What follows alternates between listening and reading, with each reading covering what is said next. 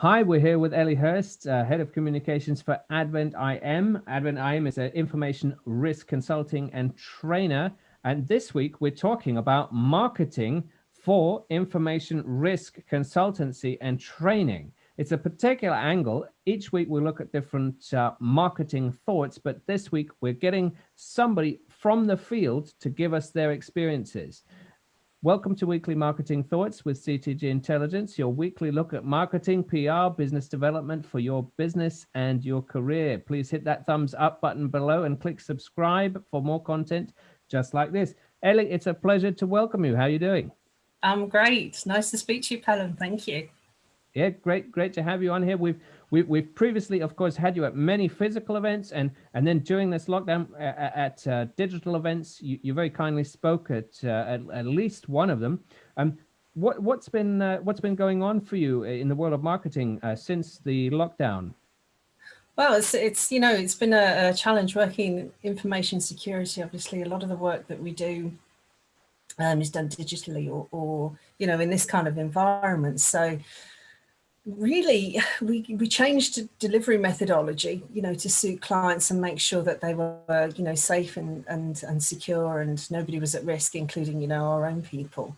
Obviously letting everybody know that we were still able to deliver on the projects that we'd already started, as well as pick up ones that had potentially stalled, because you sometimes find information security is something that it's a kind of a movable feast. People will move it around and they'll pick it up and put it down when they can. They can't always see a project through, entirely all in one go. So we actually found that during lockdown, some organisations wanted to pick up security projects and, information risk projects that they put down a while ago because they had more time to be able to do it now. And we just had to flex our approach in order to make sure that they knew that we could deliver those in a virtual environment. So from a marketing perspective, it's been more about making sure that everybody knew that we didn't stop working at all, that we were constantly there, and in fact, there more than ever. So I think also from a marketing perspective, one of the things that I noticed massively was that, and I think you and I talked about this at the other event that I did with you, which was the change in the way my inbox looked every day. Because I think as quite a lot of marketing professionals, God love them, got put on furlough, and someone else was picking up email campaigns, I was getting emails offering me, floor covering and bins and all sorts of things that, the segmentation that the marketing professionals might have seamlessly carried out before had just sort of disappeared. So yeah, it's been an interesting time, Pelham. Yeah, it's very interesting, and also it's really clear which companies simply said, right, we don't need marketers. Let's just click the send button on the email to everyone. Yes. And they've probably really burnt up a lot of their leads. I keep on being hounded for managed security service provider in Canada who wants to help me, and I'm totally not the right audience. But anyway, Yeah, I think we've seen a lot of tone deaf a marketing, lot. Yes. but also Yes. a lot of people have been unmasked as simply being I guess, not connected enough to their product, or perhaps not having enough knowledge about their product, especially when they're communicating, like an email that would say, "Hey, Ellie, do you want a cyber thing?"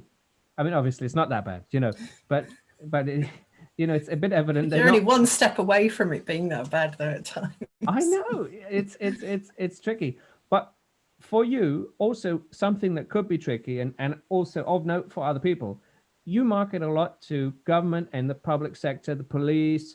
Mhm. Could you give us a flavor of how that is different to perhaps the private sector? Well, I think certainly at the moment, they don't have an option. They have to keep going, and security is very heavily regulated. Information security is heavily regulated in those environments for very obvious reasons, and so it should be. So you have to be mindful of their priorities, and you have to be mindful of the situation that they are that they are in, so you have to exercise empathy as well as, demonstrate your own willingness to try and help. It has to be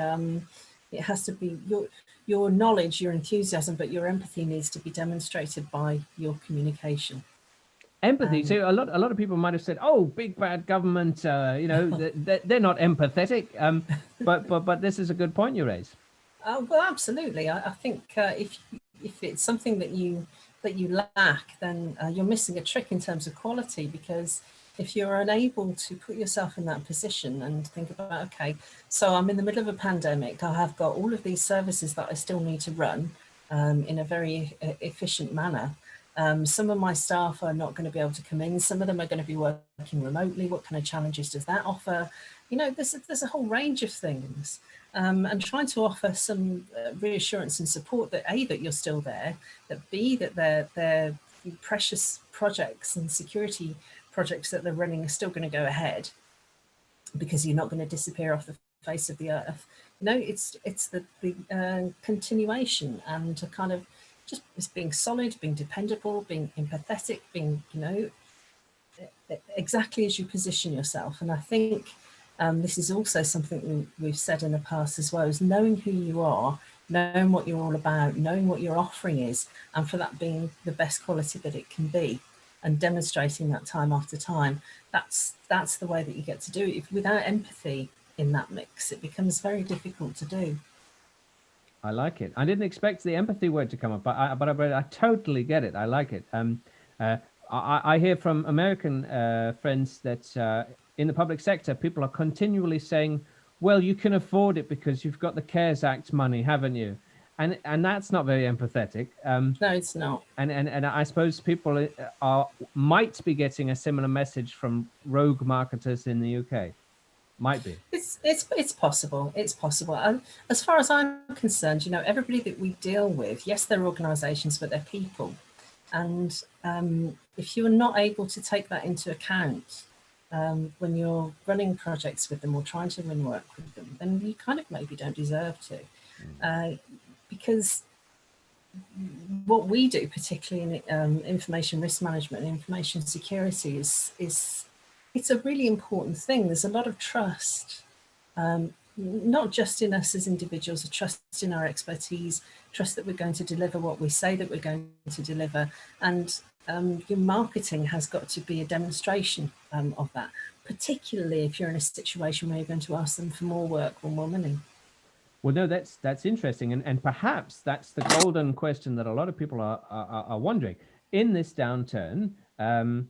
I mean, we have been very fortunate. We have new supporters and sponsors, but many people are forced to look, to their existing customer base and ask them to take a leap of faith, maybe sometimes, and buy more. Work more closely with their existing partners. How do you think people should go about doing that?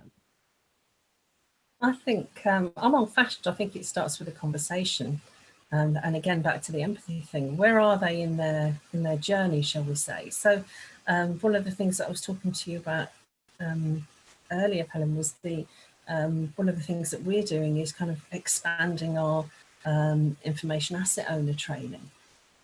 We haven't just decided to do that because we think, oh great, this is going to be a fantastic way to put, get people to put their hands in their pocket more. That's going to be a byproduct of offering something that they really, really need. We know that they really, really need it because we've looked at that circumstance, we've looked at that situation, we've looked at what's available to them, and we've looked at what we're providing already and try to find ways of making that even better quality and delivered in a better way. So you need to look to yourself first, really, before you start to think about, I would like to have some more cash from my customers. You need to look at yourself and say, well, okay, what am I all about? What's my quality offering? What can I improve? What do I think is actually going to make a difference? And then start to have some conversations. But if you come from a position of, I have a thing, therefore I'm going to sell you this thing, then you're probably not, it's probably not going to work. I mean, I could be wrong, but it doesn't feel real to me. Yeah, a solution in search of a problem, problem in search of a solution, and It's yeah, like the Internet of Things, isn't it? That's what that is. I remember years ago doing an Internet of Things course and got through 6 modules before anybody mentioned security. Up to that point, the whole thing had been about, just build your thing. It doesn't matter. We'll find something to attach it to. We'll find a need to attach it to later. yeah. I remember some sort of Microsoft Bill Gates video, which came with Windows 95, and he was saying, the connected home, the doors will open when I ask them to, and the lights will go on, and the artwork will appear, and all of that. It was a visionary thing, but it was a bit like, well, why? Mm-hmm. Why? Yes. Now we have web-enabled trousers and things like that, and I don't understand that either. Yes, it is a bit tough, and it's also a little bit deaf if you're an end customer. And Yeah. I think in this time you could do quite a lot of damage by saying, "Hey, valued customer, which we get along, we work together for a long time. I got this thing. I'm not going to tell you about it. Don't worry about it. I'm just buy it." No, that's not going to work. It's not going to work. Exactly. People recognise empathy when they see it, and they recognise someone approaching them in a genuine manner. And it's that kind of ethical, it's the gift that you give to yourself, really, and without it, you can destroy your brand really quite easily. So going back to some of the stuff that I was talking about a few minutes ago, with the kind of like mass marketing of, email marketing of things that are, perhaps not suitable for everyone, but the send button gets clicked.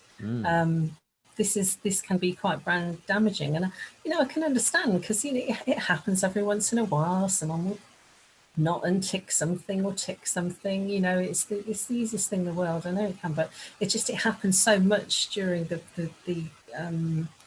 the initial part of the lockdown that you just knew what had happened. You just knew that there's an entire absence of marketers basically segmenting databases and saying, okay, this is appropriate for that and this is not appropriate for this, and understanding the damage that they could cause if they don't do that. Yeah, they need to remain hard and fast, steady, and not go into hysterics and panic. And it was some CEO. It must have been a CEO panicking, going blah, and suddenly we are where we are. We are, yes. Yeah, but no, this is great. What's next for you? What's coming up before Christmas? What's coming up before Christmas is we have taken our information asset owner training, which we initially did for police and for government. And we've turned that into a journey, because we've realised that there were gaps, there were knowledge gaps, and there were areas of information asset ownership in both police and public sector that we could be doing so much more for, that we could be gluing these bits together as they start their kind of like journey into this information security risk world. So what we're trying to do is we've taken it apart, we've examined it, we've looked at what they're looking for and tried to incorporate that into like an entire education journey. So what I have on my plate, from now until Christmas, is making sure that everybody knows about it, that they understand it, that they can approach us and find what part of the journey is the best place for them to start. And for those that are new to the whole thing, that they can start very simply at the beginning and just find out the basics with a very, low barrier to entry kind of thing. So it's busy. There's lots of busy work coming up, but I'm sure I won't be any different to any other marketers in that regard. Perfect. Well, I like it, and I think we got a lot to look forward to. I'll put a link to that in the description below, so Okay. people can check out that. But yeah, this is fantastic. This has been an interesting weekly marketing thoughts, where we're actually getting an expert from an industry that is comparable within the security field. Information risk management and consulting and training. It's fascinating, but generally, I think lots of lessons for the rest of the industry. It's a pleasure welcoming you, And I look forward to seeing you again. Please hit that thumbs up button and click subscribe for more content like this. We'll see you next week.